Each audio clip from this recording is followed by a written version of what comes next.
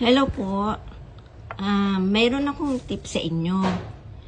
Kasi, naubusan ako ng yung plasticware na maliit. Malaki naman tong aking plastic labo. 10 by 16 ang size nito. At ito lang naman ang ilalagay ko, yung pangsahog ko to kasi pag bumibili ako ng baboy, buo-buo yun. Tapos kumuha ako ng pangsahog. Wala nga akong maliit na plastic labo, kaya naisipan ko na kumuha ng empty na plastic bottles. To, ginupit ko siya sa gitna.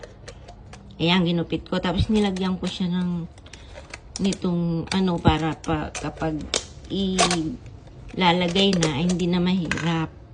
Ito na siya. Ito yung kaninang ginawa ko. Ilagyan ko ng panahog na baboy. At ito gagawin ko ngayon. Lalagay ko ulit.